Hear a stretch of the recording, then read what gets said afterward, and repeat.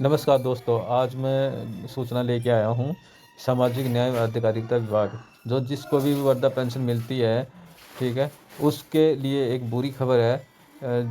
जिसको 1250 रुपये पेंशन मिलती है, वृद्धा पेंशन मिलती है, उसके लिए एक बहुत बड़ी बुरी खबर है कि सरकार ने एक नियम पास किया है कि जिस परिवार का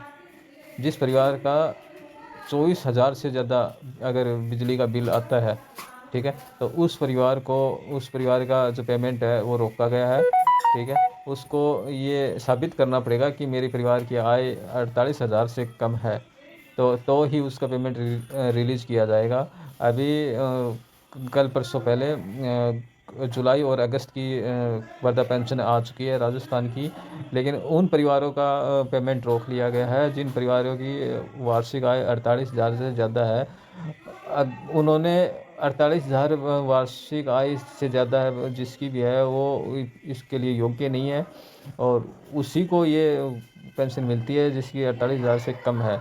लेकिन ये देखने में आया है कि उसकी आय तो 48,000 दिखा रखी है, लेकिन उसको पेमेंट है, बिजली का पेमेंट है, वो 24,000 से ज़्यादा आ रहा है, ठीक है? अगर वो पेमेंट ही बिजली का वो परिवार में पेमेंट ही बिजली का बिल 24,000 से ऊपर कर रहा है, तो 48,000 रुपया उसकी आय संदेह में है, इसलिए उसका पेमेंट रोक लिया गया है।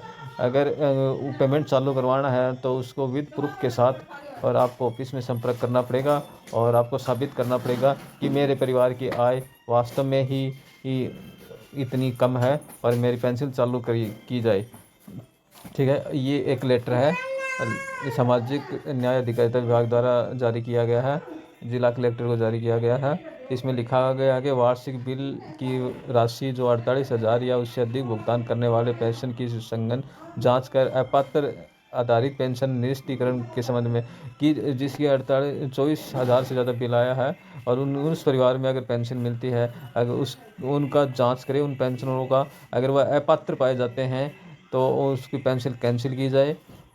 और इसमें नीचे लिखा उपरोक्त पत्र के क्रम में लेख है कि जन आधार प्राधिकरण आयोजना विभाग द्वारा विभिन्न डिस्कॉम से प्राप्त वार्षिक विद्युत बिल भुगतान की रिपोर्ट अनुसार सामाजिक सुरक्षा पेंशन योजना अंतर्गत कुल 2,05,998 परिवार के कुल 3,02,000 वेतन लाभार्थियों द्वारा सितंबर 2023 से अगस्त 2024 की अवधि में रुपये 24,000 या इससे अधिक राशि वार्षिक विद्युत बिल का भुगतान किया।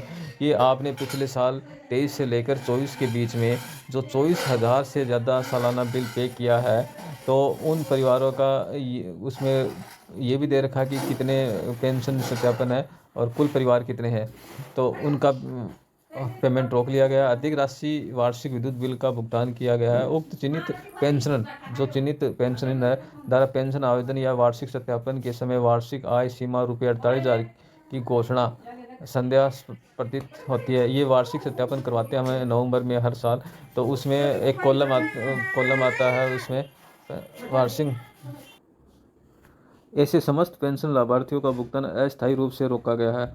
उक्त प्रकरण से संबंधित सामाजिक सुरक्षा पेंशन स्वीकृतकर्ता अधिकारी के स्तर से पेंशन लाभार्थियों को नोटिस जारी कर उनकी पेंशन हेतु आय पर पात्रता की सघन जांच की जाए और पेंशन लाभार्थियों के पेंशन मानकों से आय अधिक होने की स्थिति में अपात्र अनुसार पेंशन निश्चित किया चाहिए और पात्र पाए जाने पर पेंशन पुनः प्रारंभ किया जाना चाहिए।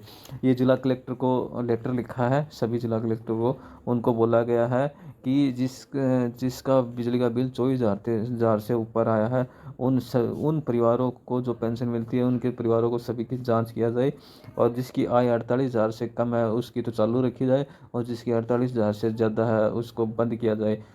तो दोस्तों, ये आप कोई पास अगर कोई ऐसा नोटिस आता है, ठीक है, या किसी ग्राम सेवक या कोई भी अधिकारी द्वारा आपको बोला जाता है, तो आप वहाँ पे जाके अपनी आय का ब्यौरा दे सकते हैं। आप उसको विश्वास दिला सकते हैं कि हकीकत में हमारी आय इतनी है, ठीक है, ये उस समय गलती से बिल आ गया है या कुछ भी आप कारण दिखा सकते हैं। अगर आप योग्य हैं तो आपको पेंशन दोबारा चालू भी करवा सकते हैं, लेकिन आप योग्य नहीं हैं और आपका बिल किसी का बिल तो 24,000 नहीं, 25,000, 1,00,000 तक, 2,00,000 तक भी बिल आता है, ठीक है, 10-10 हज़ार रुपये महीना बिल आता है।